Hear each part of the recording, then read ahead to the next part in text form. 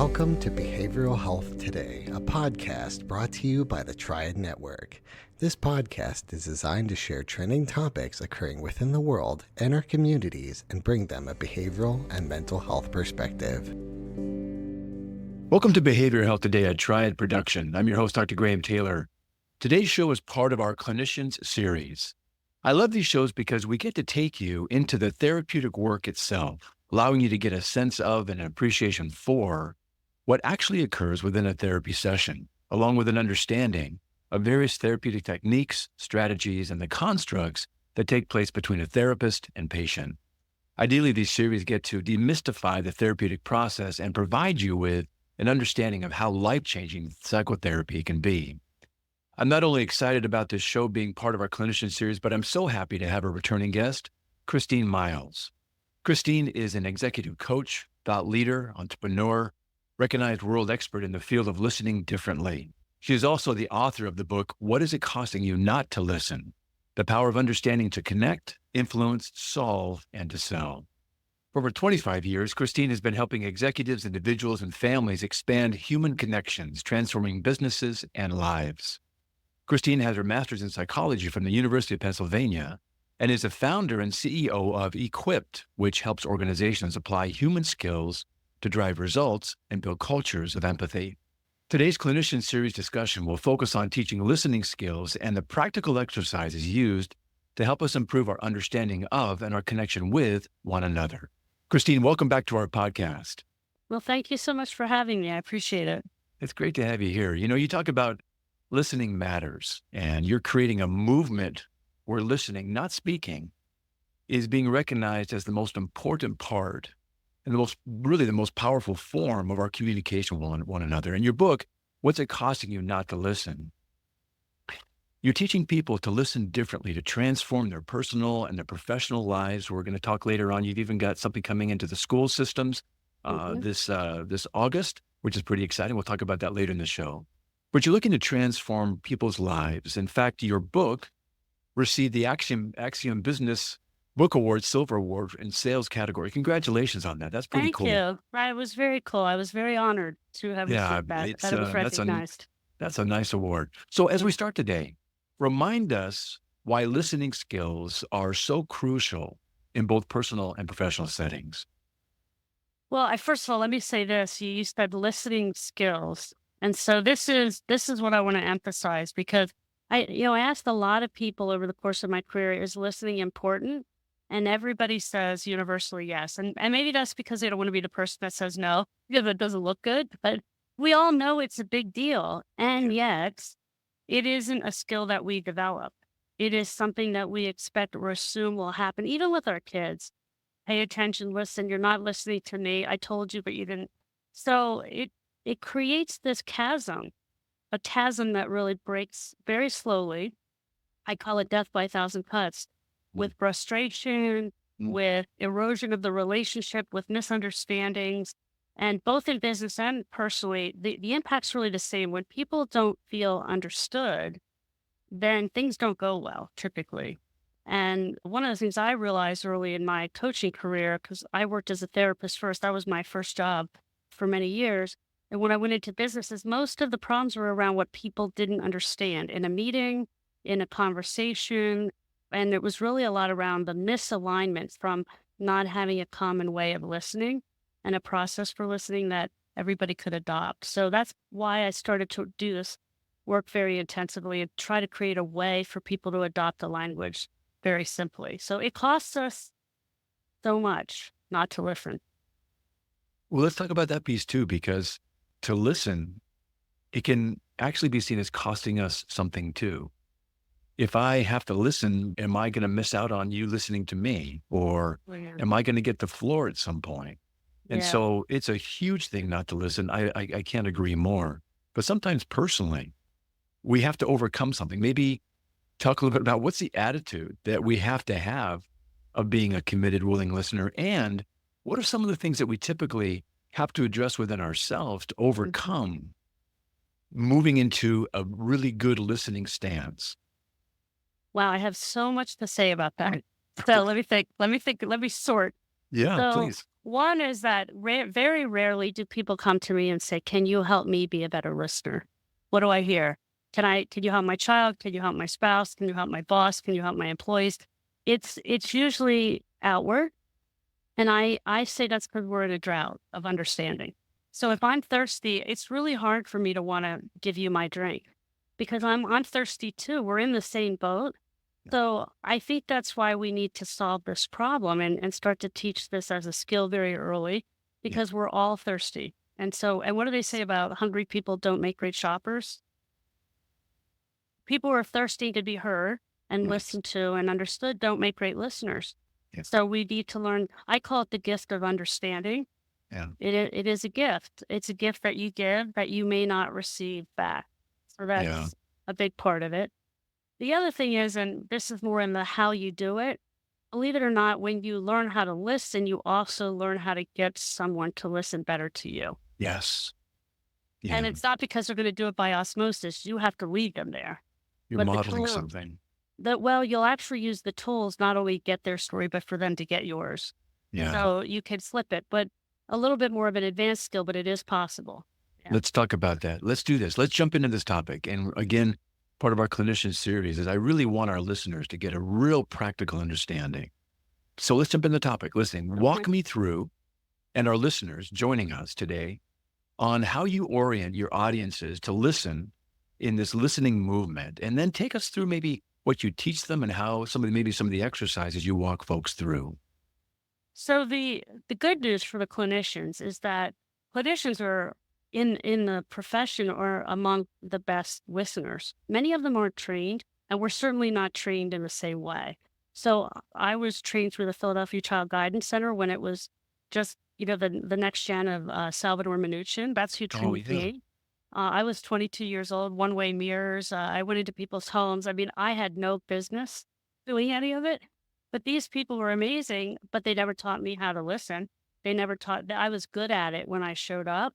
And so excelled even at 22. I stood out because I went in and I had something different that I had learned early. But nevertheless, just intuitively and because of who we are, we tend to want to listen more than not as clinicians. So that helps. And a lot of what I teach in organizations and parents and relationships is what clinicians do.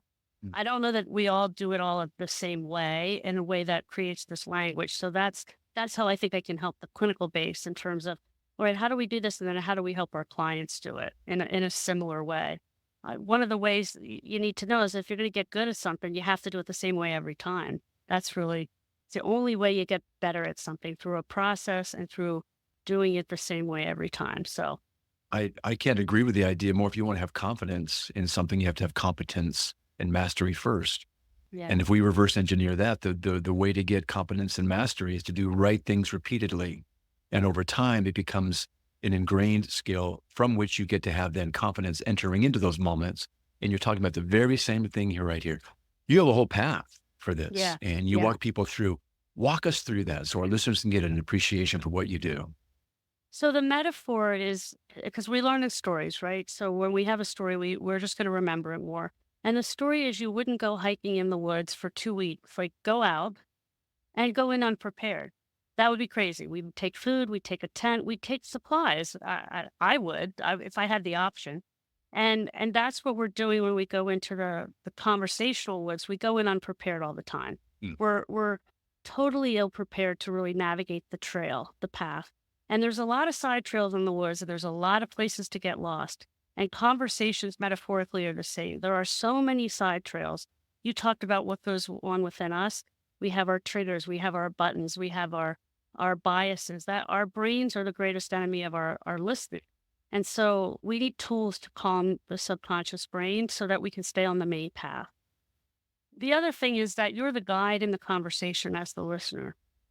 So we're terrible storytellers, notoriously. We know this as clinicians. People tend to start in the middle of the movie, as I like to say. They come in and they just drop the problem. This is true in business. This is true with kids. This is true in relationships. And our job is to organize the speaker to tell us their story in a way we can understand. And so we need tools to be able to do that and to navigate the path to understanding, which is what the listening path is. It's the path to understanding. How do we together navigate the trail. I'm going to be the guide as the listener. I'm going to help you tell your story in a way that I can understand so that we can do something very different, which is discover something, discover the meaning of what's said, not just and the undercurrent and the insight rather than just what's on the surface.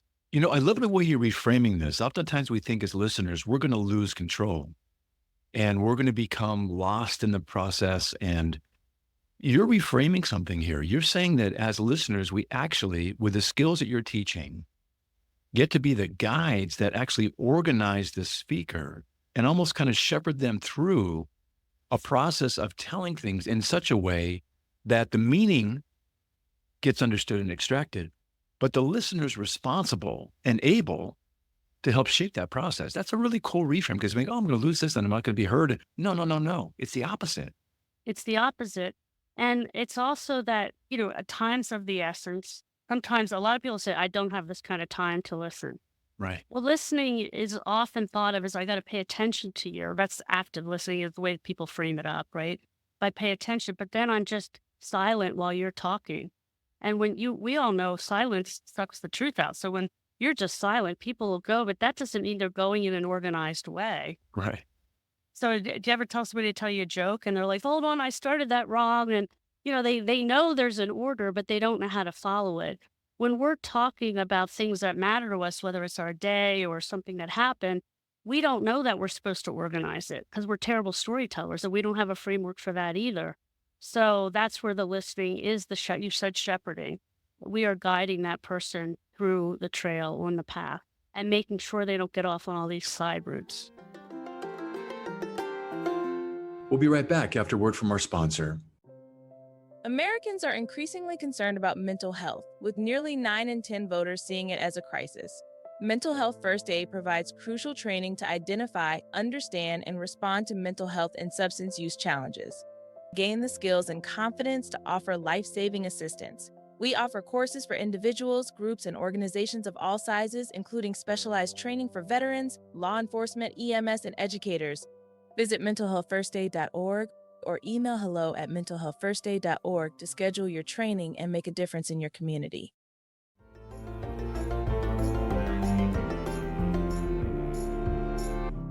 Well, that's another cool piece right here. Silence does not equal listening. Yeah. It doesn't. We need to organize the listening process. And as Right. listeners, kind of active listening idea, we say, well, just be active and nod. Mm-hmm. It's more active than that. Let's talk about maybe some practical exercises that you use that can actually help shepherd a process that maybe most people don't know they have access to. What's it look like? Yeah. So imagine you go in the woods Yeah. and somebody says, we got to get to the peak. And you go, okay, well, how are we going to get there? Well, I have no idea. So where should we start? Well, I have no idea. So this is again, we're day long. How we teach it, practically what I've learned is that listening is like air, fog. Let's say fog. People see it, they know it's important, but they go to grab it and they're like, I can't catch it. I can't get my arms around it. It feels so esoteric Yeah. and so we needed to make it very tangible. Again, the story helps. And then I created a game so that we can teach these skills by kinesthetic ways. We learn best by doing, as we all know. I used to be a field hockey player. I remember one time I went into an organization and I said, how do people like to learn? Do you like to watch? Do you like to do it? Watch, then do it. And so I tried to show them a field hockey. Most people don't know how to play field hockey, so it was pretty safe. And everybody wanted to grab the stick and they wanted to learn how to do the moves. It's like they don't want to see it. Give me it, put it in my hands and let me That's do it. right. Let me So practice. we put listening in people's hands. Now, we don't sell the game yet. This is by facilitated workshop. We will sell the game eventually to both kids and adults. But this really helps the tangibility.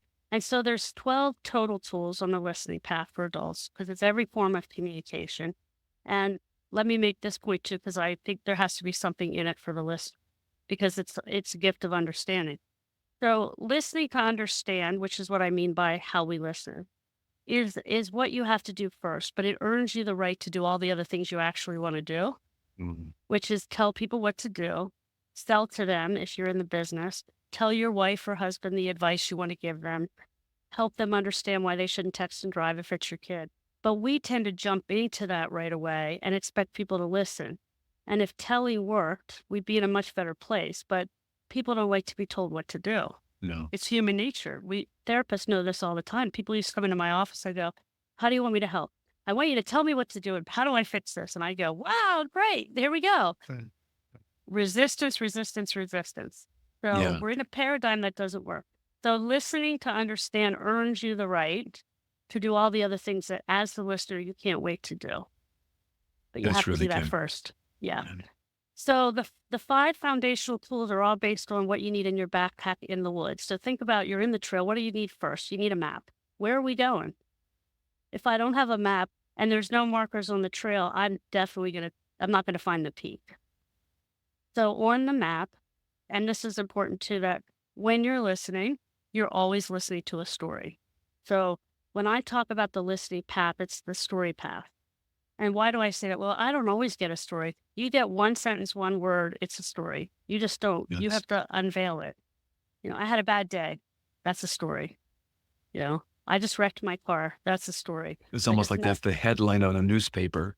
And it's right there for you to kind of write as a journalist what it is about that day that I had a hard day. Such your headline. That's right. And journalists that's the other really great listeners. And journalists and therapists are story gatherers, as we call them. They go out, they seek to gather the story to understand something so they can tell it, right? Yes. Therapists are trying to uncover what's actually happened with an individual or a family so that they can help them solve the problem. So we're salespeople. They're Yes. doing the same thing.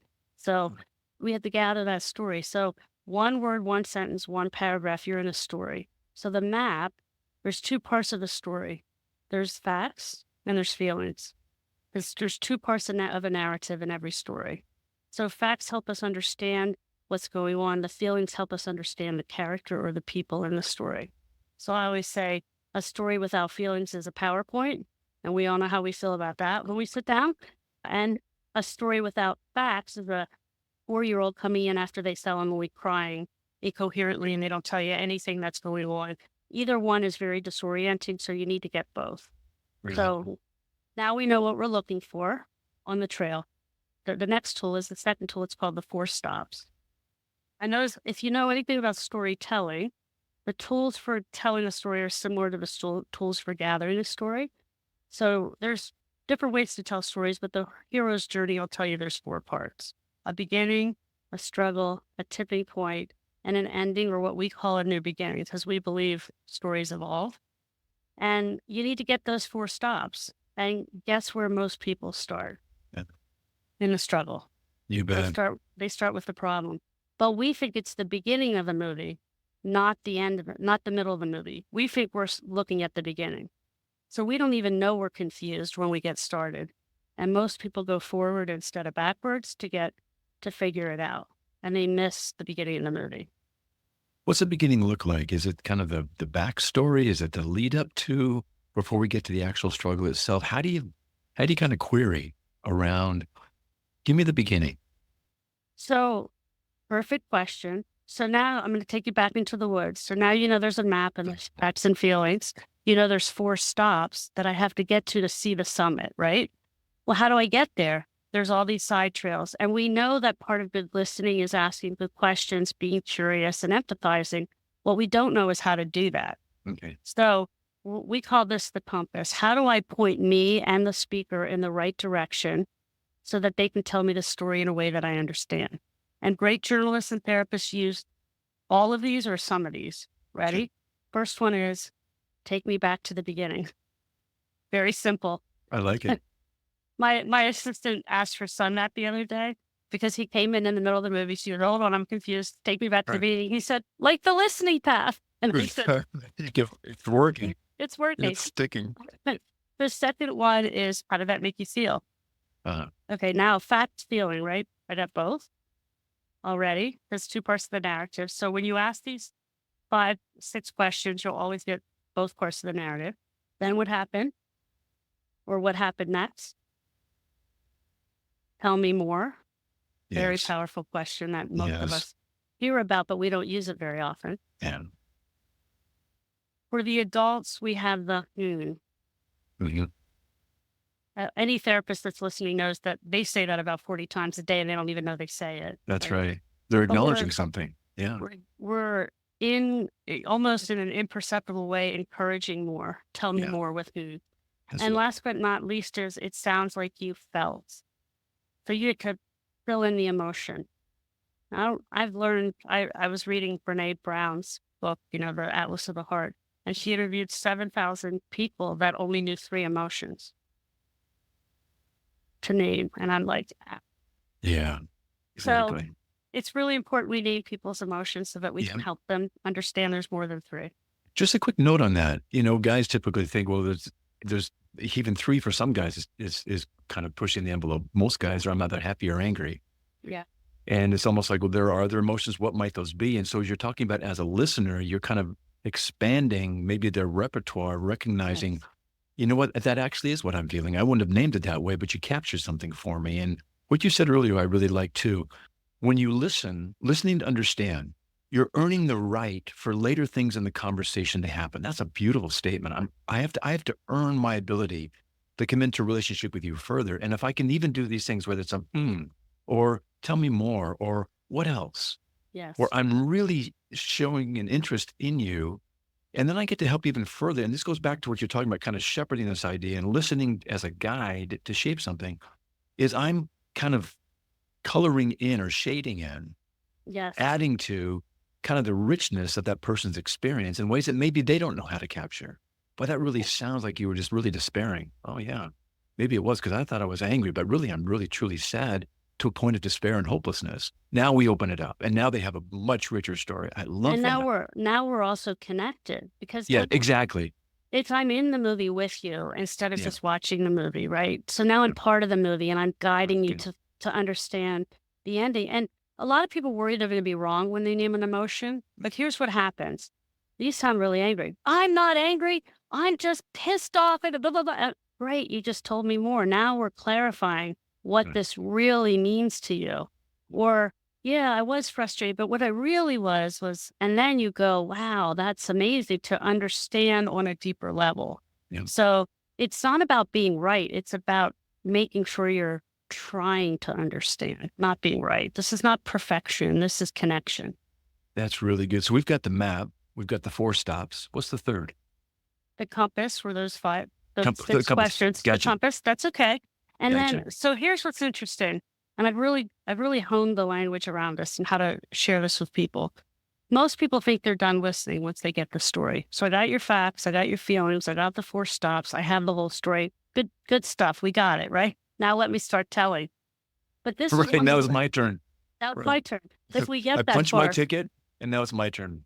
yeah, and because we're not told the rest of it. And that's not the hard part because me thinking about your story is only a figment of my imagination. I don't know if I got you. Like, So the only way to know that is to shine a light on what you heard. And so metaphorically, I always say when it's late in the woods, it gets dark, you need a flashlight. Right? You need a flashlight to see. The longer the speaker speaks, the more in the dark they are about what you heard. You've been flashlighting with me this whole time, Graham. You've summarized my story back to me in pieces, and so that now I understand what you heard. So we need to be a storyteller when we're a listener. We need to tell the story. I say the powerful story you can tell someone is their own. You tell me my story, and I like you a lot, Graham. absolutely. If you do that, right? Yeah. And so tell the story back to the person, your wife, your partner, your business partner, whomever that is. And that's the flashlight, but only 30 to 90 seconds. Like summarize it, make sure you've gotten it. And then again, most people think they're done. Now they think they're done, but they're not. Because now we've gathered the story, step 1.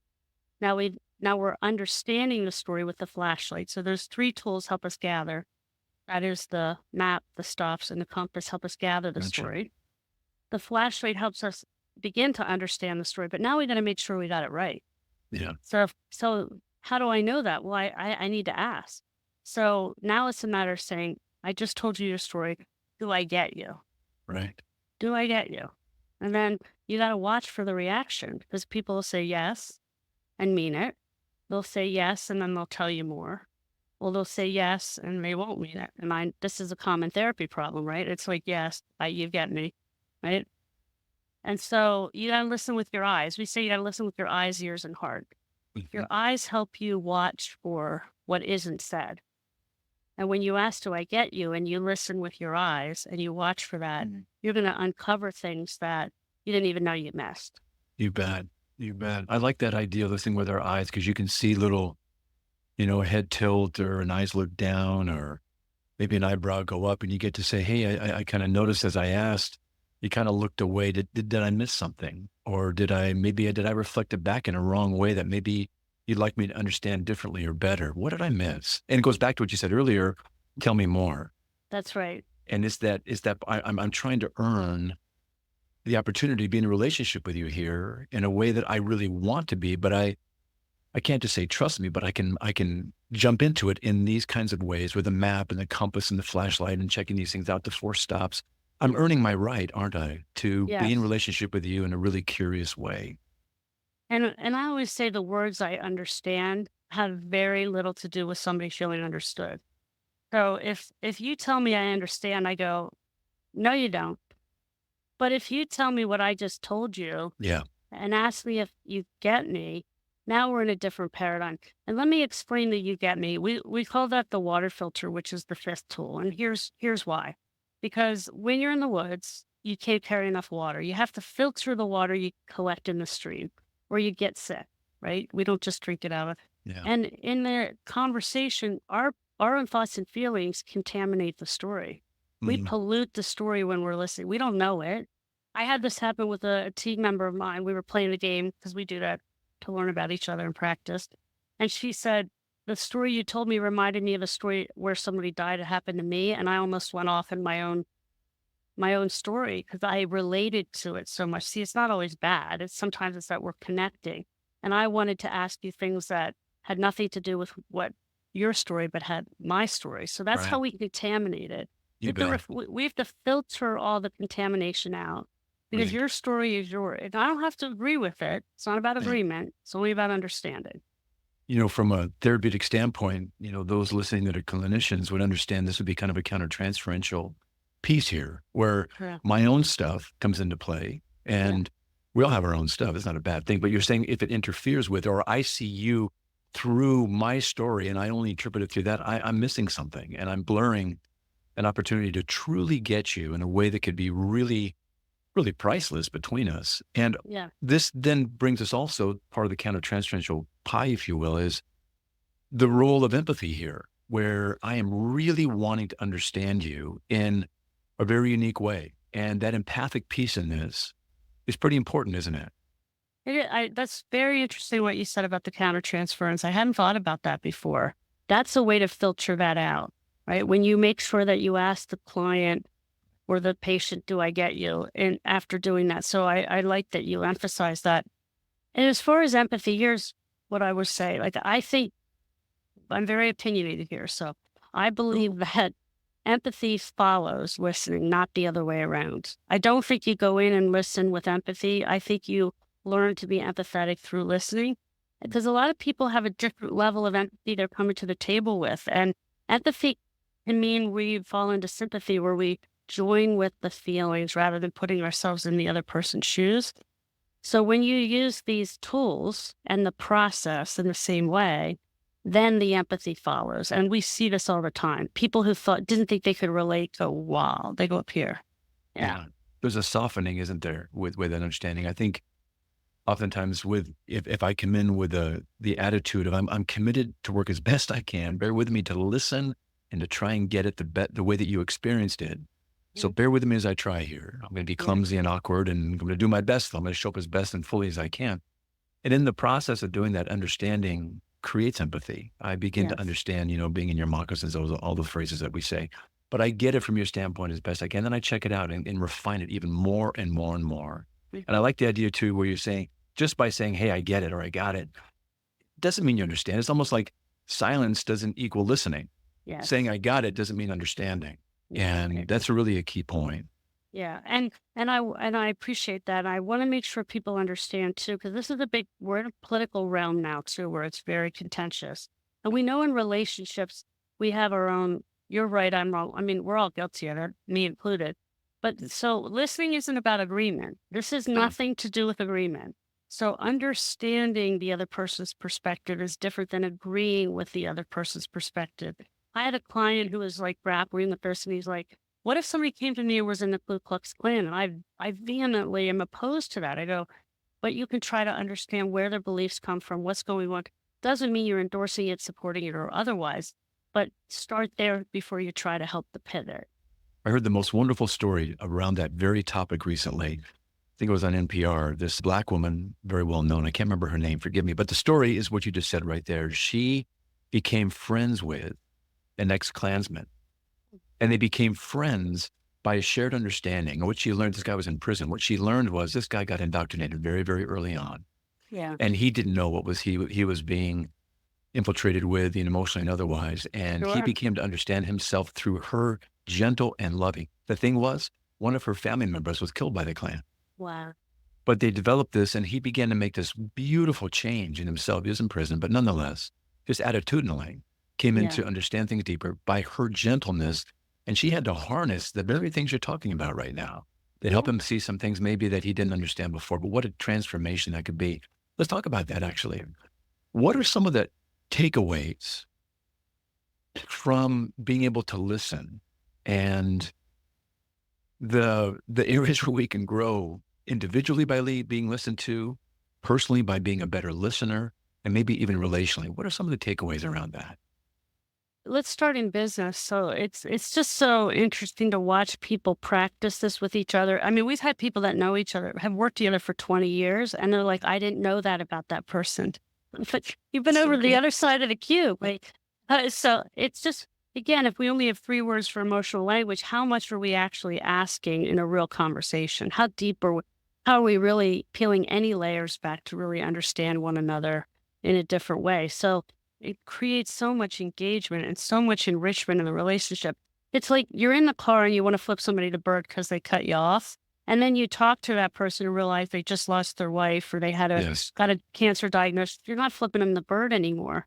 So you may want to in that exactly. moment, but it's so when we humanize people, it changes how we work together. And just a little bit of listening does that. So that's one way.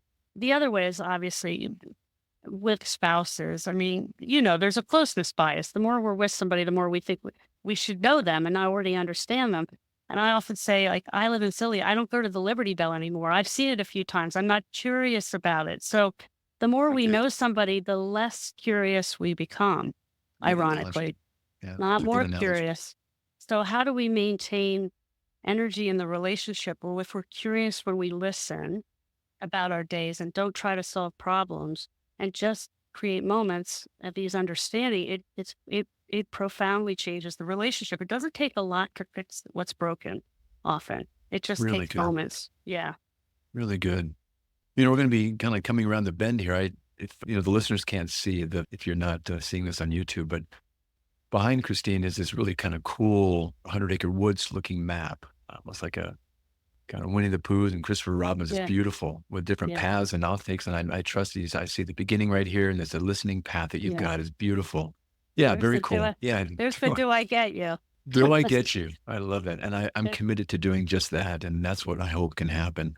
I know, I want to talk about how folks can get in touch with you after this and learn more about what you're doing, both personally and as an organization. But you've got something coming out, as I mentioned at the beginning of the show, bringing this not just to organizations and to other places where you're bringing it, but also into the classroom. Tell us about that. Well, I appreciate the opportunity to talk about this. I'm so excited. Maybe because adults are frustrating. I don't know. It's all good. I don't, do you want to learn to ski at 5 or 45? Like, I don't want to teach the 45-year-old who's scared and frightened and I've already been doing it this way. I don't know how to do it. Right. It's great. I love watching adults transform actually, but it's hard because It they is have bad hard. habits. Yeah. And so 85% of what we learn is through listening, and it's the only Yes. skill that we don't teach. Mm. So what we've done is we've created a program for 3rd to 5th graders. So, and teachers have enough to do. They are so burdened and so just mired in curriculum. So we've made this as simple and plug and play as possible. So animated Christine comes into the classroom Nice. and into the woods and through 11 video lessons. and teaches the tools while the teachers are the heroes because they get to use the tools in the classroom to help create a language of listening. We give So them everything they need, and it's fun and it's playful, and hopefully it's going to change the world. That's what we hope for. congratulations on that. I can't see why it wouldn't. If Yeah. 85% of what we learn and take away is through our listening. Do you have out of curiosity, do you have a one for the parents as well? Something that parents use? Well, so when your child in third to fifth grade goes through this, you get a caregiver guide as well as how to use this in the at home. So you're going Yep. on so the kids get a listening path passport. They get every time they go on a listening adventure, they get a sticker in their passport. Nice. They get something to take home with their parents so they can understand about it too. And my book tells the story of the first 6 tools on the listening path. So that's another way they can get indoctrinated. And then, of course, if we come into your organization, there's a lot of overlap there. So yeah. Really good. We've talked about so many things today, and it's always fun to be with you. But if there's one thing our listeners could do today, just one little pithy distilled piece, what could they do today to be a better listener? One thing. The first thing you have to do is be willing to. It's like the joke. How many psychologists does it take to change a light bulb? Just You one. gotta They have to be willing to change. be with the So change. realize it's a skill. It's diet and exercise, whatever. We know the things we have to do, even if you just do one thing. So Yeah. that's the first part. But just add tell me more. If that's all you do, add Tell tell me me more. more. Because tell me more is just the opener, the gateway to giving people permission. And then, that changes a lot. Just that. I really like that. That's an easy one. Just tell me more. Tell Oh, me more. okay. I will. Yeah. Yeah. That's good. Well, hey, tell me more about where people can learn more about you and your book. What's it costing you not to listen? And just following up on all that we've talked about today, how can they get a hold of you? So they can go to thelisteningpath.com. And we're about to launch our new website. You go in, you're a business or you're an educator, it'll take you on the right path. So everything you need will be there. And my book is on all the major outlets and Amazon and any form you like, Kindle, audio, hardback, softback. So people like books like they like their sneakers. I want it to fit me the way I want it to fit me. So whatever you need, we You have it bet. for you. Yeah. That's awesome. Well, Christine, it's been great to have you back today. Thanks for being a part of our clinician series today. It's always a joy to talk with you. And I'm so happy around the things that you're doing, the ways that people are going to be benefiting. And I know you benefited us by allowing us to listen to you today and our listeners as well. Thanks for being here. Thank you for having me, Graham. I appreciate it. I also want to thank you, our listeners, for dropping by and joining Christine and me today. It's always great to have you with us. Regarding our episode today, I want to remind you that it and its resources and all of our other episodes can be found on our webpage at triadhq.com/BHT. Thanks again for being with us on the show. And we'll look forward to having you back with us next time on Behavioral Health Today. We appreciate all the support from our community, and if you like our show, one of the best ways you can support it is by giving us a 5-star rating and leaving a review. Behavioral Health Today is a podcast part of the Triad Behavioral Health Network, all rights reserved.